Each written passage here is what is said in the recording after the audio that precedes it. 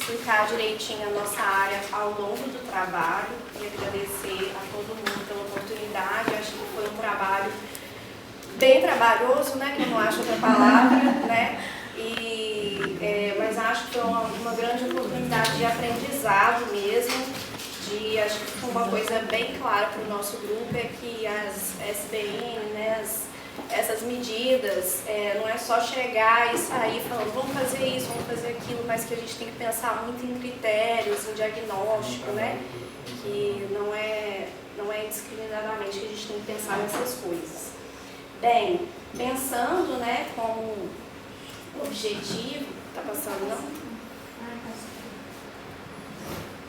E pensar no reequilíbrio hídrico, né, das circunstâncias da assessoria técnica, né, porque o que a gente conversou muito também não é só drenar e evitar enchentes e os riscos, mas pensar no reequilíbrio, né, que foi perdido a partir da urbanização, da impermeabilização, né, todos esses processos de urbanização acelerada, a circunstância também pensada numa escala de microbacia, ou pode ser maior, mas também sendo levada em consideração a questão da possibilidade de autogestão, que é possível de se ver, de se interagir, né, e a importância da assessoria técnica em arquitetura e urbanismo para possibilitar essas ações de forma conjunta e coletiva, né. Então, essa ideia do projeto Águas da Cidade, a gente tentou direcionar todo o processo nesse sentido. Bem, a gente começa ali, né, com a bacia do Capão, ali as áreas já pré-divididas, né, a bacia, né, do Capão que a gente já está acostumado, né, localiza-se no norte do município de Belo Horizonte, né, afluente do Isidoro e integra a bacia do Rio das Velhas, que também é tributária de São Francisco, e abrange os bairros Céu Azul, Lagoa, Piratininga, Lagoinha, Leblon e Vila Santa Mônica ou Vila Mãe dos Fundos. A nossa área de estudo, né, que era a nossa área inicial, desde que a gente iniciou o curso e começou a formar o nosso grupo, que a gente se interessou mais pela área 4, né, que ali está marcado com 4 microbacias, pode passar. E é importante falar que essa região de Venda Nova, né, já foi até mapeada como uma das regiões que mais pode ser afetada com as alterações climáticas, né? Então, tem previsões para até 2030 as enchentes aumentarem, todos esses processos que já ocorrerem com mais intensidade. Então, para a gente ficar mais atento ao que pode ser feito, né, que não é para um futuro distante, é um futuro próximo e presente, na verdade, né, que a gente já vive essas questões. Pode passar. Então, falando, né, na área 4, a gente está vendo ali nos cursos dados, eu não consigo apontar, né, mas a gente acabou delimitando depois, né, a gente está com uma área muito grande, a gente acabou fazendo um diagnóstico preliminar de toda a área 4, mas depois a gente acabou funilando e chegando naquela parte de cima, que é a área 4, que tem marcada ali no curso d'água, mas a gente vai ver melhor que ele é o afloramento de dimensão freática, pode passar. E que tem um histórico ali, né, uma região de muitas vossorocas. Essa vossoroca é uma das maiores ali, que é chamada de buracão, né? Ela é chamada de buracão pelos moradores. E todo esse desenho, esse estudo, né, que também foi tirado como referência ao trabalho, os trabalhos da Lúria também, que nos ajudou muito, pode passar. E aí a gente vê no histórico, né, até a década de 50, era um lugar não ocupado ou pouquíssimo ocupado, né? E a gente vê claramente ali o relevo, as vossorocas, e depois, a partir da década de 60 e 70, começaram a ver, né, as ocupações, os loteamentos, a própria metropolização de BH, e essa ocupação, né, começou a se adensar cada vez mais. A gente vê que ali, naquele curso d'água, vou marcar aqui, essa região aqui, né, que é a nossa área, a gente vê ali marcado aquele azulzinho mais claro, é uma marcação de nascente, e aquele azul pontilhado que seria o curso d'água, né? E aí, essa marcação da nascente era um ponto muito importante para a região, né, que era chamado de Lagoa, inclusive deu nome ao bairro Lagoa, que até hoje é o nome do bairro, né?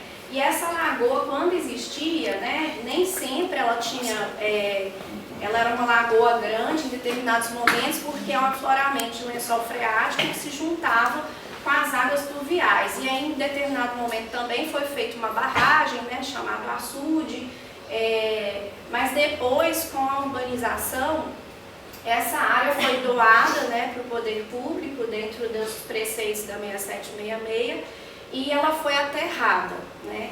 Pode passar. E se a gente pensar, né, vocês vão se importar com você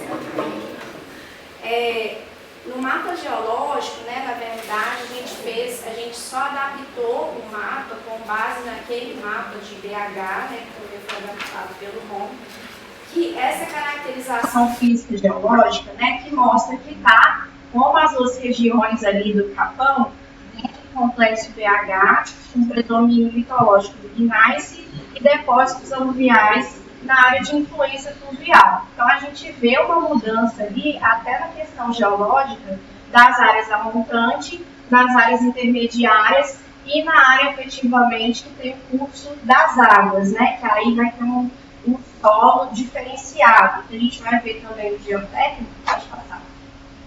No geotécnico, a gente vê que, assim, na verdade, a gente foi afunilando cada vez para essa área aqui de cima, né? Tendo ali a nascente como referência. E essa região amarela ali já é um solo mais desenvolvido, um solo mais profundo em relação à rocha, né? Que é chamada de espessumão de intemperismo, né? Aí a gente vê que tem uma propensão à erosão também, esse solo. Mas assim, a erosão é formada só pelo impacto das águas fluviais, né? Tem outras características, mas assim, a gente já vê que tem uma propensão ali, de formar ravinas. Já na área ali, naquela área laranja, né? Ele foi caracterizado como um anfiteatro, como se tivesse uma concavidade mesmo, e ali já está mais próximo, inclusive, do lençol freático. Então, ali já é um lugar que mostra que o impacto das águas ali poderia contribuir para as vossorocas, né, não só as ravinas, mas com o afloramento do lençol freático contribuir para as vossorocas que antigamente também já existiam, né? E na área marrom, na área verde, né?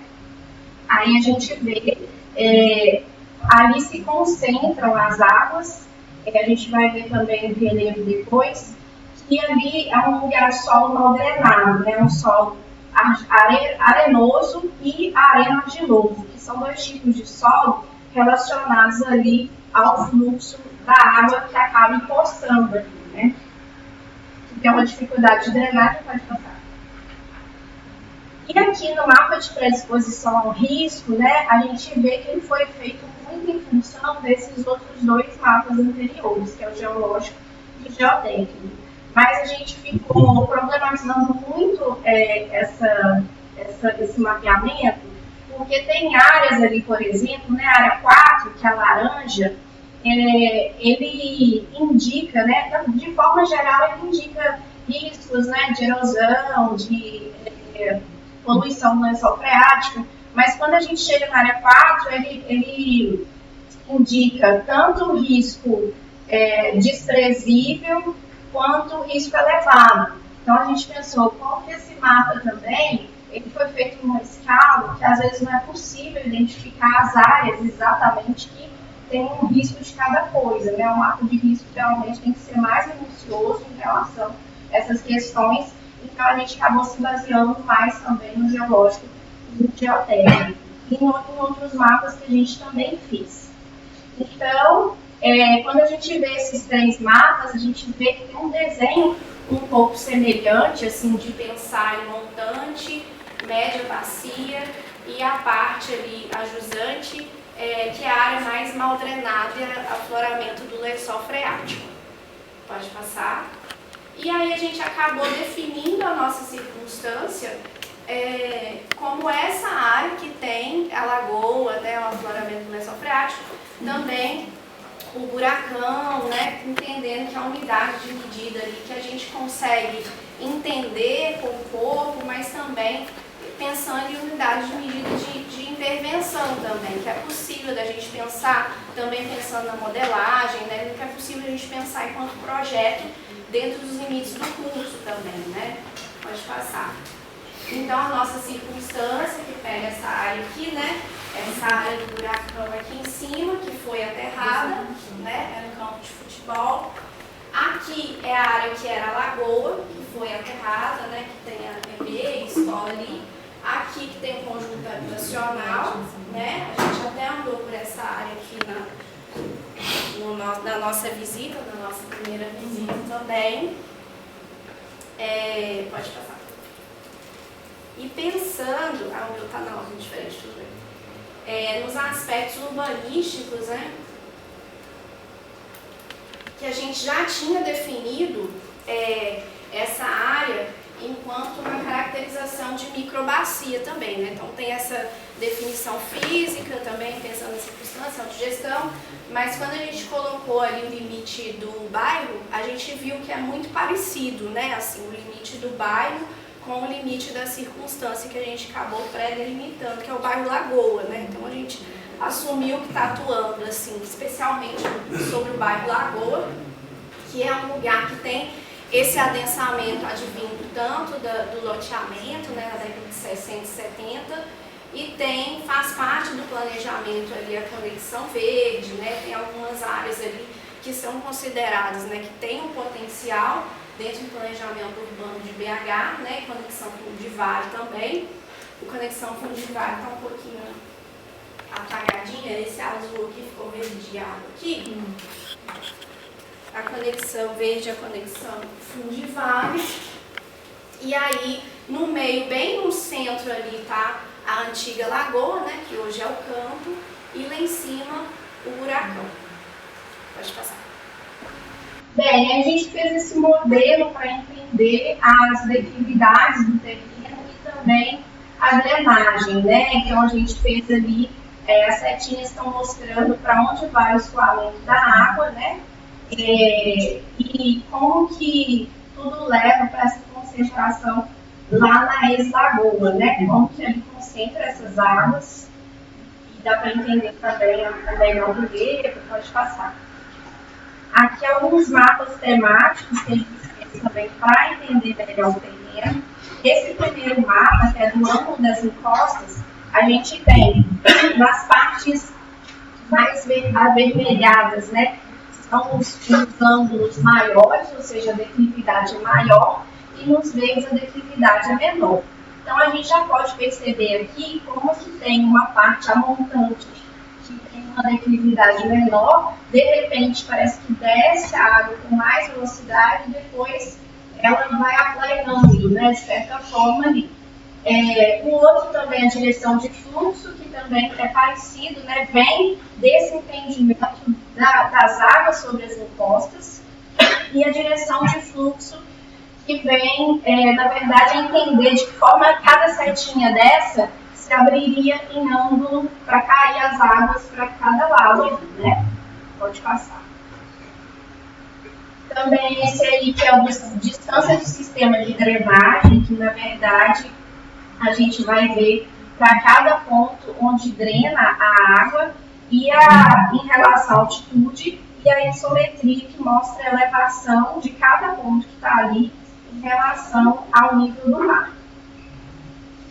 Pode passar. Esse do índice topográfico de umidade, né, que mostra o efeito da topografia sobre os processos hidrológicos, ele faz a relação entre a quantidade de água que chega num ponto e a facilidade dessa água passar para frente, né, em função da declividade. declividade. Então, todos esses mapas são feitos em função da declividade e entendendo de que forma a água cai e vai drenando ali. Um índice mais baixo quer dizer que a água transmite mais rapidamente de um lugar a outro, né? Então, na verdade, é a área de contribuição da água dividida pela declividade. E já o índice de potência de fluxo, que é aquele outro ali, é para ter uma ideia do potencial erosivo da água, né? Ele é parecido com o índice topográfico de umidade, só que ele é a contribuição de água multiplicada pela declividade. Então, onde está muito elevado, né, que é o vermelho, aqueles maiores, é onde tem água correndo mais rápido. E depois chega numa área plana, né, e tem o potencial dessa área se acumular ali. Então, voltando àquela interpretação que a gente fez do geológico e geotécnico, né, esses mapas mostram que tem uma área mais úmida justamente no campo, que é o campo radiante, né, a ex-lagoa, onde a água é retida, ela é pouco drenada naquele ponto, e o fluxo ali se acumula sem conseguir infiltrar, né, voltando ao geotécnico, ali também tem um solo que tem dificuldade de drenar, né, e aí pode passar. Aí a gente ficou estudando todos esses mapas e também a gente fez um mapa de declividade não só do solo como um todo, mas das ruas, de cada rua, né? Eu acho que dá para ver melhor esse aqui. Esse aqui é a declividade das ruas, né? Então, isso para a gente entender também a possibilidade de aplicação das medidas posteriormente, para além de uma visão geral do terreno, como está adensado e urbanizado hoje, né? E a gente foi com os dados, né, no PHMEX, pode passar. E aí, chegando nos direitos de intervenção, esse foi até o mapa que a gente discutiu e eu falava, bem, a gente sempre pensava ao longo do diagnóstico que a gente poderia dividir, né, montante, encostas e justante, mas quando a gente pega esses mapas, né, geológico, geotécnico e aqueles de estudo que a gente fez, a gente vê que essa divisão não pode ser exatamente assim, não pode ser geométrica, né? Então, para algumas medidas que a gente vai ver adiante, como até o jardim de chuva, foi preciso pegar cada rua, ver a declividade, ver o geológico, ver o geotécnico, para ver se era possível aplicar ali, além dos critérios urbanísticos, né? A questão do tipo de via, do leito avançado, aí a Carol vai explicar melhor depois. Pode passar. Bem, a prefeitura já fez algumas intervenções ali, né? Esse é de 2023, 2024, que foi no âmbito do orçamento participativo. Ele drenava a água ali de cima, mas acabava jogando mais água no lugar que justamente tem dificuldade de ser drenado, né? Então, na verdade, não ajudou, acabou piorando a situação ali. Só para lembrar, né, acho que foi uma coisa que eu não comentei, que o lago foi tamponado, mas ele, volta e meia, ele alaga, né? Então, assim, aquelas áreas ali, o lago vem de novo falar que eu estou aqui, né? Então, é um problema recorrente, né? Então, essa intervenção não ajudou. Tem a outra. Para mostrar, né, que a propôs esses relatórios, né, a imagem do mapa de 2022 e 2023, que evidenciam essas soluções só no fundo de vale, né? Essa imagem foi até perguntar acabou dando efeito, mas o André simulou. Eu não sei de qual data é isso exatamente, mas eu tenho imagem do 2023. Foi o André imaginando. Ele até a gente conversou na época, porque ele atrás até imaginando simples demais. Aí ele, pô, não, eu acho que é isso também, né? A gente tem mais referenciais desses parques de fundo de vale. E aquele outro são os reservatórios que estão sendo propostos pelo Brenurgs 2 agora. Piscina. Que é onde a gente tem discutido, junto com a Degal, para pensar juntos, assim. Então, está em processo isso tudo. Mas mostra essas intervenções no fundo de vale. E aqui a gente fez esses esquemas, né, assim, para entender e mostrar para vocês, assim, por tanto que esse incentivo das águas, eles vão diretamente para a antiga lagoa, que é o campo, né? Adiante, e também para o parque. Né? Então, ficou só para mostrar mesmo. Ficou bem fluente. Ficou jóia. Pode passar. Então, tá tudo. Então, a Viviane já explicou, eu acho que eu não vou me delongar muito nessa parte, mas a gente precisou, né, então, fazer um estudo, aprofundar de todos esses aspectos, para a gente chegar no nível de propostas e de diretrizes. A gente está dando um tratamento diferente, assim, metodológico, porque, sobretudo, o Jardim de Chuva, mais à frente eu vou explicar um pouco melhor, a gente conseguiu trabalhar num nível mais aproximado, numa escala mais local. Tá?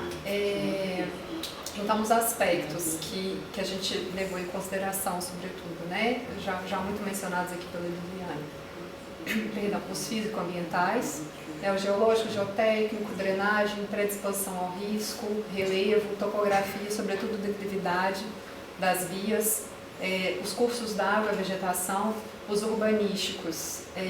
A gente precisou levar em consideração muita geometria das vias, dos quarteirões, dos passeios, a legislação vigente, né, o zoneamento, as previsões no plano diretor, como conexão verde, como a Liliane mostrou também anteriormente, o tipo de uso, né, e também atentar à apropriação do espaço, de que forma as pessoas se apropriavam daqueles espaços onde a gente estava implantando as medidas, né, isso também foi preponderante. A gente queria mencionar só que os aspectos socioeconômicos, apesar de reconhecer que eles são fundamentais para esse trabalho, eles não puderam ser considerados, tá? Acho que todo mundo sabe, por uma questão de tempo, realmente, mas que a gente não está desconsiderando, né? Como, por exemplo, os custos de implantação e manutenção e a própria aceitação e participação da comunidade na implantação das soluções. Pode passar. Então, a gente usou alguns critérios específicos, as bases variaram muito, né? Partiram desde os estudos como a simulação do swing, que o Lucas nos auxiliou muito. Então, enfim, aí não estão todas, mas são as que a gente gostaria de destacar, né? Eu não vou ler todos, mas só para exemplificar. No telhado verde foi aplicado onde se tinha uma área mínima de cobertura maior ou igual a 100 metros quadrados, com exclusão de telhados coloniais, que fossem muito inclinados, né? Enfim, vou pegar um outro aqui como exemplo. As áreas a serem revegetadas, né? São as áreas que normalmente tinham uma cobertura vegetal anteriormente, próximas também aos cursos d'água, às encostas, né? Fragmentos de biomas locais. Enfim, distância de 30 metros de corpos hídricos, foram alguns dos parâmetros que a gente usou para poder aplicar as medidas. Pode passar, Júlia. Então, essas são a vista aérea da nossa área, pode passar. Aí ela já delimitada. Então, a gente mostrou de forma esquemática, talvez tenha dado para poder ver onde estão os verdinhos acesos, né, as áreas a serem revegetadas, que a gente consegue visualizar a partir dessa... Oi? Não, pode passar, não tem problema não. Aí em roxo estão os jardins de chuva de infiltração, partindo daquela premissa, né, de tratamento de soluções específicas para áreas de topo de morro, mais a vertente, e as outras mais a montante. Pode passar. Os jardins de chuva de detenção, que são essas vias onde estão laranja, onde essas medidas de detenção foram aplicadas. Pode passar. Os reservatórios, né, que foram aplicados segundo parâmetros que o Lucas nos ajudou a definir para essa área. Então, e o telhado verde também, que foi usando os princípios do swing, sobretudo. Pode passar. Então, a gente está nada menos falando que a metodologia do cordão ou colar protetor, né, que foi uma premissa muito importante para a gente. E eu vou tomar a liberdade de ler uma citação que o Danilo fez, que são conjuntos de estruturas de drenagem fluvial adequadas ao território que, como um sistema, atuam como mitigadores dos impactos negativos da urbanização nos fundos de vale e cursos d'água. Muito bom. vim aqui para, assim, só exemplificar um pouquinho, né, dessas medidas em escala macro que a gente mostrou agora, de dar esse zoom mais ampliado nas medidas que a gente propôs, né. Esse é o campo buracão, né, nessas imagens aqui lá vocês conseguem visualizar, que estão mais no topo do morro, né.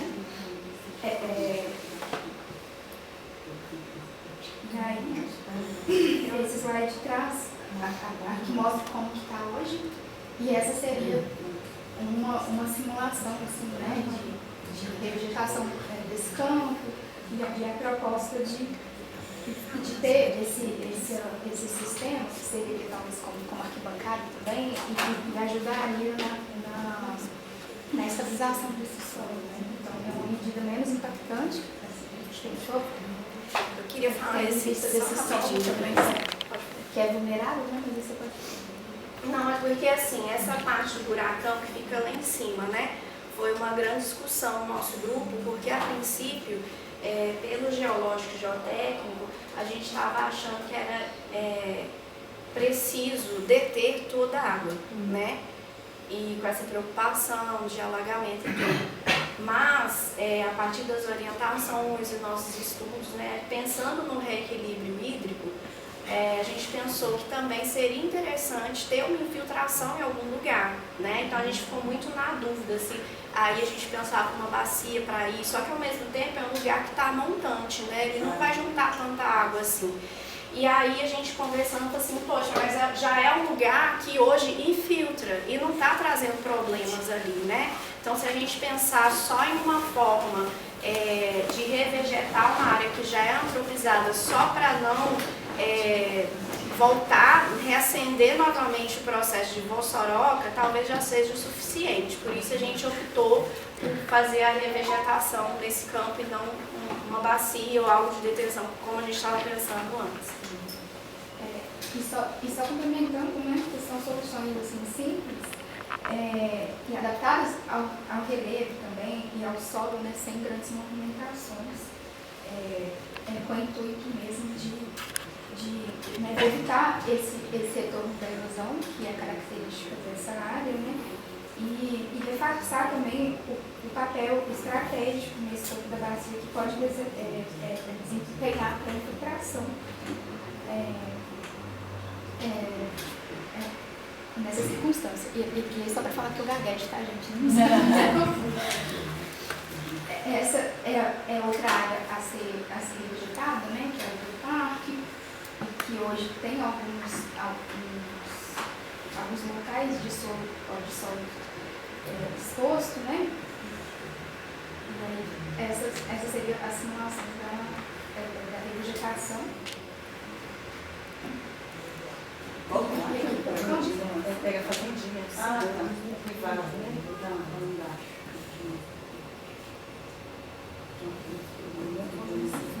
E aqui para o campo assim, radiante, a gente previu dois cenários, né? Um mantendo o existente, que seria a revegetação desse campo, né?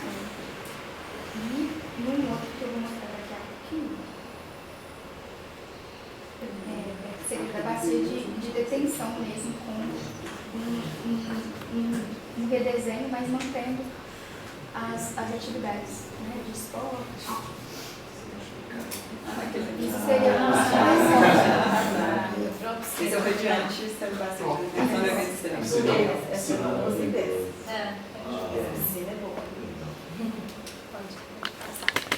Então, assim, como eu tinha mencionado antes, o Jardim de Chuva foi uma medida que a gente usou como exercício mesmo, de verificar numa escala mais local e tentar aproximar um pouco mais de uma escala de projeto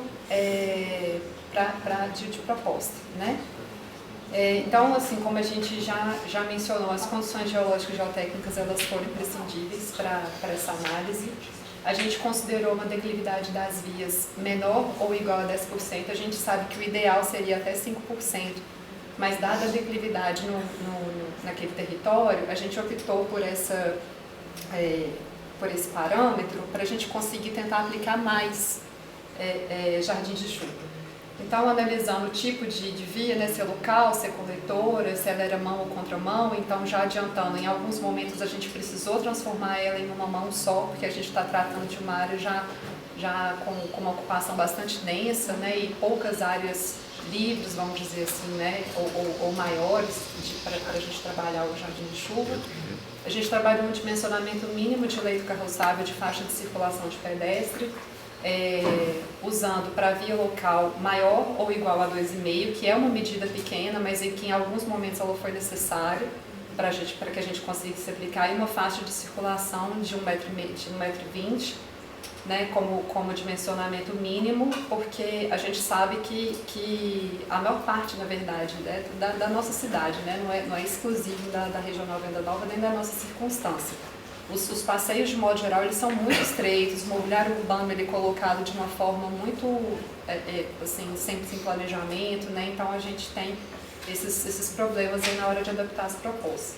Então, o outro que já foi mencionado também, uso e ocupação do solo, as conexões verdes, elas também foram consideradas para a implantação dessas medidas, apropriação do espaço urbano, né? Isso já foi dito. Então, esses critérios eles foram definidores para a gente estabelecer se seriam técnicas de filtração da atenção, que a gente existe, né, nessas modalidades. Isso vai também definir o tipo de módulo, né, que ali a gente conseguiu, na verdade, a gente estabeleceu 8 tipos de módulos de jardim de chuva, e também a localização desses módulos que a gente vai mostrar de forma bem rápida, pode passar. Ao longo do território está bem pequenininho, mas são esses verdinhos que a gente vê distribuídos pelo território. Foram um total de 135 unidades de módulos. Pode passar. Você não quer falar porque eu já tinha falado antes, mas eu posso reforçar. Esse tom arroxeado, né, rosinha, são as medidas, são os jardins de chuvas de infiltração, e as vias que estão laranjas são as de detenção.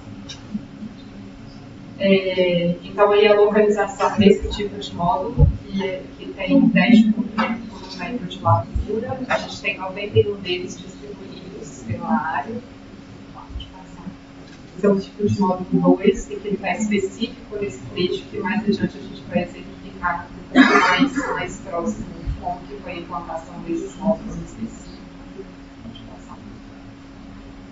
O módulo 3, né, a gente tem 9 unidades dele distribuídas nessas duas partes do território também. Pode passar. O 4, o módulo 8,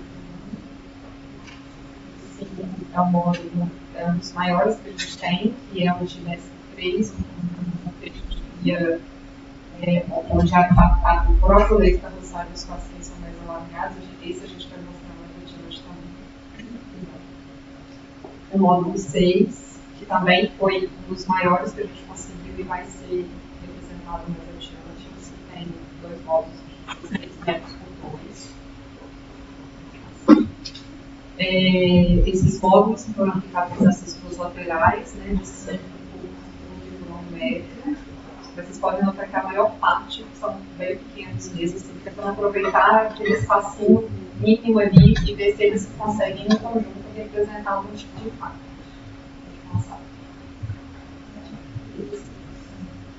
Agora é só passar a imagem. Pode passar. Então, esses foram os 2 jardins que eu tinha mencionado, que eram um dos maiores, que eles estão em 16, 2, se não estiver enganada. Em 2022 existia um jardim Elida na frente do CRAS, na frente do CRAS. Em 2024, essa imagem foi retirada e a proposta é de voltar.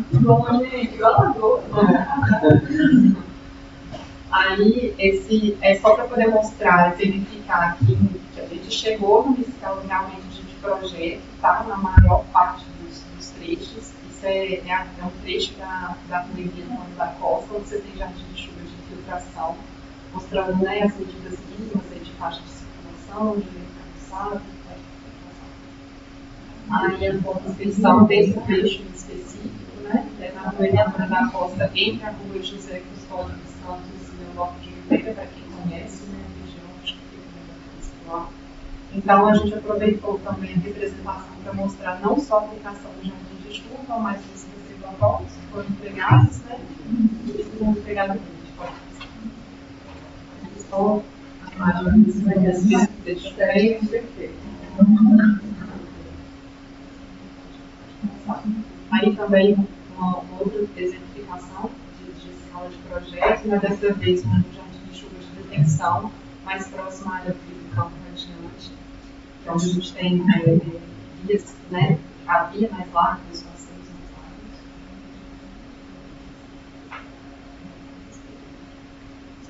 largos. A modelagem Sphinx, na verdade, o Lucas muito nos ajudou. Assim, na verdade, essa modelagem foi feita levando em consideração também os telhados deles, micro-reservatórios também, e não foi possível considerar a bacia de detenção.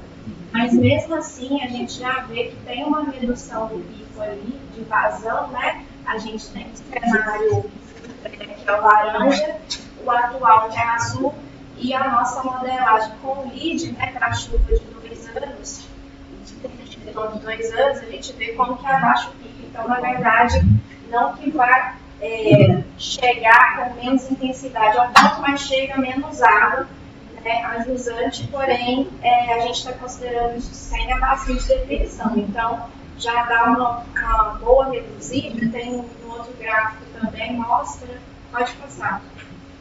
Ali no coeficiente de escoamento no final ali, né, que o cenário atual está 0,9, o pré 0,46 e o LEED, que é o nosso, seria 0,69, né. Isso para chuvas de 2 anos e para chuvas de 100 anos, o cenário pré 0,68, o atual 0,98 e o nosso 0,72. Então, o nosso fica um cenário intermediário, que não é igual o pré, né? Mas também levando em consideração que a bacia de detenção teria uma boa função ali também, mas também que reduz significativamente a vazão, considerando o cenário atual, né, se a gente considerar essas medidas que a gente propôs. É isso.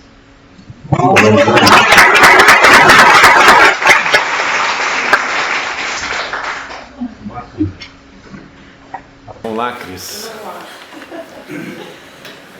Bom, primeiro, parabéns pelo trabalho, pela apresentação. Eu até fiquei curiosa se vocês já tinham trabalhado com esse tema antes, se vocês aprenderam tudo. Eu, pelo menos.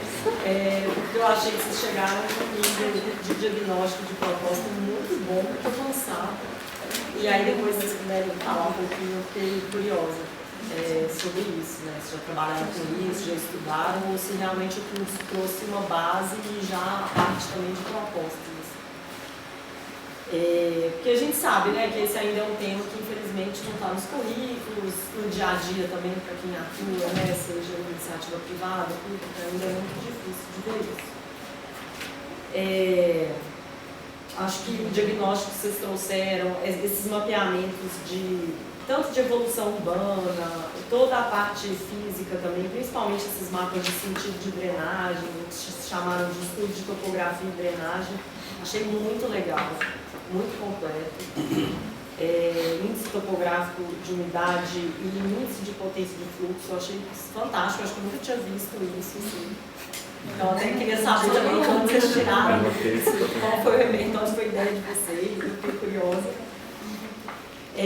Acho que tem um mapa só, que eu acho que as cores não estavam muito fáceis de ler ali, pelo contraste, mas todos os mapas assim, bastante claros, muito bem feitos.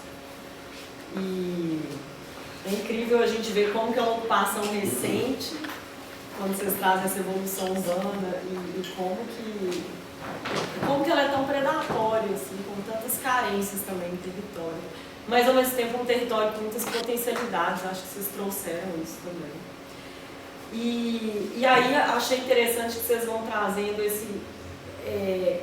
possibilidades de qual SBN eu vou adotar aqui, porque a partir desse diagnóstico está muito bem pensado, eu acho, com os critérios que vocês trouxeram, e depois vocês partem para uma análise numa escala bem grande, bem local, que é o caso a caso. Eu acho que o Jardim de Chuva mostra isso. Vocês abriram uma lente e foram, igual vocês falaram, escala de projeto, eu achei isso muito legal. Aquela seção viária também que mostra, assim, gente, é igual o que a gente vê em prefeitura, sei lá, Copenhague, ou o que os escritórios de arquitetura da paisagem lá na Europa fazem, ou nos Estados Unidos, assim, é um trabalho de muita qualidade, assim, realmente. Não perde em nada, sabe? Então agora é o desafio a gente fazer isso, né? Nós vamos. Tem planos. Mas porque eu acho que é isso também, tem que ser uma representação didática para as pessoas. Vocês colocaram, não foi viável aqui nesse trabalho, mas é um trabalho que a prefeitura a gente espera que faça, já tem um histórico de apresentar, discutir com a comunidade, então isso é muito possível de ser feito. É um assunto novo para todo mundo, também para a comunidade, então assim, ainda é tudo muito cinza, aqueles projetos da prefeitura. Você vê, tá no fundo de vale e a maioria ali, tudo impermeabilizado, pouca árvore também, né? Então acho que a gente estava até conversando aqui um pouco antes da banca, é isso, assim, o repertório, as soluções, a gente buscar o que outras cidades estão fazendo, às vezes até fora do Brasil, mas a gente adaptar isso para a nossa realidade, que é, né, uma realidade aí de carências históricas, de ocupação informal, ou as coisas vão se misturando. Vocês têm esse conjunto habitacional, que imagino que é um conjunto ali do poder público, mas que depois já misturou, né, a autoconstrução. Então, assim, o que pode funcionar ali naquelas medidas que vocês propõem de telhado verde, de conexão, com o que é a infraestrutura pública da rua, da calçada, da troca de pavimento. Então, essa é uma discussão, acho que muito interessante aí do público e do privado para essas SBMs. Na prática é muito complexo, a gente projeta. Mas acho que eu realmente gostei muito dos critérios de decisão, e aí vocês vão trazendo essa escala da subbacia até chegar na rua, na edificação. A ideia do cordão com colar protetor também. A gente vê isso, por exemplo, a ideia de wetlands construídas, muito, né? Acho que o maior projeto hoje de SBM no Brasil é aquele Lagoa de Piratininga em Niterói. E é uma lagoa natural em Niterói, na beira do mar, e eles fizeram exatamente isso. Fizeram um cordão de proteção com biovaletas, jardins filtrantes, e também trazendo os córregos que chegam nessa lagoa, os afluentes. Mas exatamente, já que é um ecossistema que existe, é um pouco de recuperar esse ecossistema. E potencializar isso. Aqui é um ambiente ainda não tão natural, já é uma área muito urbanizada, mas nem por isso a gente não vai fazer nada, né? Então, assim, acho que vocês trouxeram bem essas ruas íngremes, então, assim, e onde que é mais plano. Acho muito legal que vocês diferenciaram o jardim de chuva de detenção e de infiltração, considerando, né, essa posição na bacia, onde que tem capacidade de infiltração e onde que não. A gente vê muita confusão das pessoas propondo jardim de chuva de infiltração numa área de fundo de vale, que não vai acontecer, né? A injeção freática está superficial. Acho que isso ficou super claro. E isso, o anfiteatro natural, aquele campo de futebol buracão, né? Fiquei pensando também se ali caberia uma bacia de retenção, talvez, que ela permite infiltrar também. Ela não só detém, mas ela também pode ser permeável. Mas é continuo, né? Exato. Porque no fundo de vale já não aconteceria isso. Igual a ideia do jardim de chuva, né? Mas ficou legal a arquibancada natural, já que esse é um teatro natural mesmo. E aquelas imagens que vocês trazem, eu não sei se foi drone, Google Earth. Foi drone. Drones são ótimos, né? E às vezes, por exemplo, se um dia você discutir com a população, é legal pôr o nome das ruas também, que aí as pessoas, essa é a minha rua, é a rua do fulano, né? Em cima da imagem aérea, assim. Mas é isso, gente. Por fim, a modelagem, que mostrou a efetividade hidrológica e hidráulica, né? Apesar de que tem todos esses outros benefícios que às vezes ainda é muito difícil a gente ficar quantificando. A gente é muito cobrado por quantificar, mostrar custos e benefícios. As pessoas sempre falam, quanto que vai custar e o que a gente vai ganhar? Me mostra isso. Mas, assim, o que é mais viável hoje em dia de fazer é a parte de escoamento superficial. Mas, igual vocês falaram, tem também essa coisa de mitigação de ondas de calor, os outros benefícios sociais. A qualidade urbana também. A qualidade urbana. Isso, é uma coisa mais ampla, integrada, que às vezes você não consegue ficar modelando, mas a gente é muito cobrado por isso. Mas gostei muito, parabéns. Parabéns pela equipe aí do curso também. Joia, eu queria que os orientadores falassem. Agora, vocês querem responder de uma vez? Porque ela fez uma pergunta importante que eu também estou curioso. Tem duas perguntas. Se a gente já tinha trabalhado com isso, eu não, nunca. Eu também não. Eu já tinha. Assim, confesso que mais academicamente do que trabalhando, porque quem já trabalhou no poder público sabe que é muito difícil a gente implementar, né? Então, assim, quando eu estive na prefeitura de Contagem, a gente propôs algumas coisas para o impacto das ciências, né, que chama a comunidade. Então, assim, foi quando eu tive pouca experiência, mas aquilo que ficou muito mais aprofundado, enfim, quem fazia essa parte, por exemplo, de modelagem hidrológica, não era psicóloga, eram os engenheiros, então a gente ficava meio apartado dessas decisões, assim, também, né? E apartado das decisões, porque compreendem mais de uma secretaria, né? No caso, eu estava na Secretaria de Educação, trabalhando com um aspecto específico, que tinha um tratamento feito das linhas, mas aí também compreendia o que a Secretaria de Meio Ambiente entendia e não conversavam muito entre si, né, os órgãos, assim. Então, aqui foi bom porque uma oportunidade não só de aprofundar, mas de ouvir também, né, relatos tão importantes do bom que estava depois sendo feito com os de cada livro, isso também, de aplicação das partidas.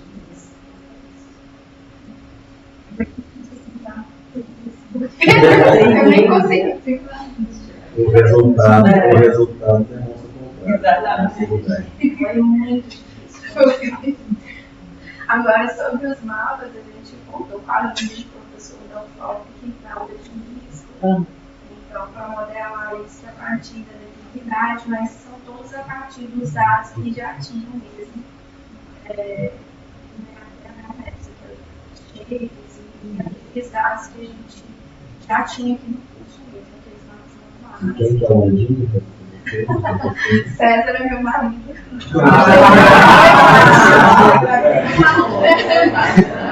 Mas ele dá aula de risco na UFOP e o César aparece. A gente faz isso com o César.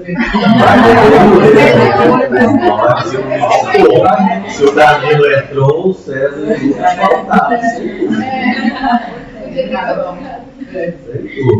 Depois vocês editam. Antes da gente salvar, vocês editam, por favor. Uma orientação a mais. Por favor. Ele usou um tutorial sobre isso. Exatamente. O trabalho pós de vocês, por favor, vai ser isso. Porque eu realmente quero entender isso. É muito bacana. E aí, orientadores? Núria, Eu vou falar. Assim, só dizer que eu estou muito orgulhosa e, nossa, parabenizar muito, porque a gente, a Cris, essa hora provocou, assim, que a gente, na verdade, como prefeitura, a gente submeteu um projeto para um edital chamado Cities Finance Facility, o CFF, que é junto com a GIZ, que é uma instituição alemã, e era uma concorrência da América Latina toda, e a gente está agora na final com esse projeto Capão, e a missão final é em agosto. E aí, isso foi antes do Ró me chamar, e quando o Ró chamou para fazer o ADA, eu falei, nossa, vai dar certinho, porque a gente vai fazer, a gente submeteu o projeto muito a nível de plano, né, assim, no sentido de escoamento, a gente colocou as bacias de detenção difusa, com tudo que eu contei para vocês, mas a gente não tem equipe para detalhar, assim, né, a gente, na verdade, sou eu equipe com a ajuda de alguns profissionais que ficam me ajudando, então, aí eu falei, nossa, Ró, vai dar certinho. Aí na minha cabeça eu criei esse filme, assim. Depois eu falei, acho que não vai dar não, tá todo mundo começando, acho que eu fui muito... viajei, achei que ia dar, não vai dar. E assim, deu demais, assim, eu acho que o nível de detalhamento que vocês chegaram, assim, eu estou muito orgulhosa mesmo, muito legal, assim, até isso do Jardim de Chuva, de terem feito essa investigação histórica, né, nisso que vai mostrando um tipo de urbanização, uma de tendência de impermeabilização que não é entendida numa escala do todo. Então, vocês fazem uma análise muito aterrada, assim. E eu lembro muito das provocações da Lili, né? A gente está indo pouco a campo, e assim, eu concordei muito, mas a gente também estava preocupado em trazer essa base antes, né? Do estudo, dos estudos técnicos, a parte que o Danilo traz muito, dessa percepção também histórica da ocupação. E assim, vocês brilharam, acho que a gente agora tem que fazer a segunda edição para a gente continuar com isso, igual o Cris falou, trazendo agora a população e trazendo mais camadas para a gente ir refinando. Mas assim, eu quero mais parabenizar, dizer que eu estou muito feliz, porque agora fazer um convite também. A missão vai ser no final de agosto e a gente convidar vocês para apresentar esse trabalho, a gente pensar uma exposição, pensar e mostrar esse termo de cooperação também entre prefeitura, o ADA, e dizer que a modelagem da bacia de detenção, não se preocupem por não terem feito, porque o Hidroway, que é um grupo da engenharia, fez essa modelagem. Então, acho que o convite também da gente pensar uma espécie de um seminário em que a gente socialize, né, Rodrigo, também as partes de cada um e chegue e continue esses estudos coletivos. Que, eu lembro que quando eu entrei na prefeitura, uma colega falou assim comigo, Núria, aqui é cada um no seu quadrado, o engenheiro vai fazer o cálculo, você vai fazer isso, e eu fico super, isso me incomodou, eu falei, não, eu quero entender como que esse cálculo hidrológico é feito, assim, deixa eu ver aqui, de onde que parte, porque a definição desses cenários define tudo. Então, assim, eu acho que essa possibilidade que é o sábado de manhã que a gente teve foi um pouco de ser intrometido nas outras áreas, né? O Lucas trazendo muito desse detalhamento, desse esforço que ele fez de entender isso, e vocês todos também, que é uma coisa muito dura pra gente, né? Esses modelos e tal. E aí vocês brilharam e acho que vai ser muito jóia a gente continuar com isso, pensar esses seminários e continuar esses estudos também. E que tomara que em breve também reflitam na cidade. Se a gente é selecionado em agosto, a gente vai ter um profissional ajudando a gente a detalhar isso por um ano e conseguir um financiamento para executar. Então, agora o que eu estou imaginando a gente ter uma bacia modelo, uma montante, igual é o Capão, para a gente poder replicar, sabe? E aí esses modelos de cidade mais cinzas, a gente, na verdade, trazer referencial, porque às vezes a gente não tem aquele modelo, nem é da prefeitura, na verdade é um 3D que o André mesmo fez, mas é porque acho que a gente não tem muitas referências disso, assim, a gente quer outra cidade, a gente quer reconhecer outra cidade que já foi, né, antes do Brasil Colônia, a gente tinha outras cidades, né, voltando ao assunto lá dos primeiros encontros. Sobretudo a imaginação de uma outra cidade, né? Exatamente, a imaginação de uma outra cidade, de outras economias, de outros modos de relação. E aí, dizer que vocês fizeram minha manhã. Obrigada pela toda a dedicação, todo o esforço. E continuemos, né, juntas. Lucas, Ananda, Dan. Não, assim, cara, essa apresentação só me demonstra que foi pouco tempo, realmente, assim, né? E vocês bateram nessa tecla o tempo todo, na hora que a gente conversou ali na orientação, vocês, mas, gente, o resultado, assim, me deixa, meu coração estava falando para mim, eu estava pulando de alegria aqui, porque, assim, você sabe que eu milito nessa página, já falei com vocês, tem 20 anos realmente que eu fico batendo nisso, e que eu realmente, eu acredito piamente que a mudança de paradigma, ela parte dessa compreensão holística de cidade, né? Sem isso a gente vai realmente continuar replicando mais do mesmo e não vamos chegar em resultados realmente satisfatórios. E vendo o trabalho de vocês, vendo todo esse desenvolvimento, vou bater na tecla desse trabalho que vocês fizeram aí, plus, né, com o seu maridão aí maravilhoso. E Ele foi eu quero um passo a passo disso depois, falou que eu quero agregar isso. Porque realmente foi assim, foi muito rico essa análise, porque vocês fizeram a análise da infra, da meso e da super, né, e conseguiram chegar num resultado extremamente adequado, né, do que precisa. E ver o resultado final, né, com todo esse trabalho que o Lucas vem fazendo aí, desenvolvendo com vocês, quer dizer, olha o resultado em dados, né, reais e concretos, ali, se a gente aplicar isso da forma como vocês fizeram, já chegou num parâmetro assim, extremamente satisfatório. Né? Então, assim, de soluções somente difusas. Né? E uma terceira coisa, assim, é que meu pós-doc tinha que ter saído, porque eu tinha que ter trazido essas... Eu tinha realmente que ter ido para a porta para trazer, sabe, assim, do ponto de vista político, de implementação, né, disso que a gente propõe, de que a gente vislumbra, que a gente pensa, como a gente aplicar isso aqui, né, como adaptar essas ideias e soluções para cá, porque não é só ficar fazendo o cinza, só ficar fazendo as grandes obras, a gente sabe que infelizmente não chega a lugar nenhum ainda, né, principalmente como elas são feitas e como elas vêm sendo abordadas. Lá no fundo de vale, lá na foz, no curso d'água, você não está resolvendo nada, né? Você só está concentrando todo um problema de uma circunstância, de uma microbacia. Né?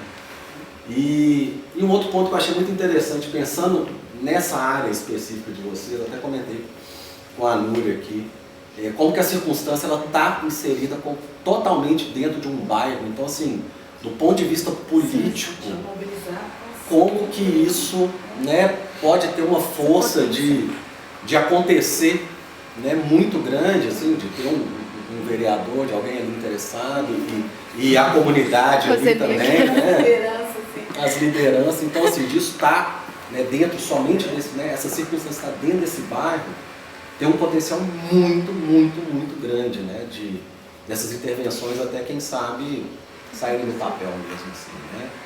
Então é isso, gente. Estou feliz demais e muito satisfeito com o trabalho. Obrigada. Chique, garotas. Então, partimos para o próximo.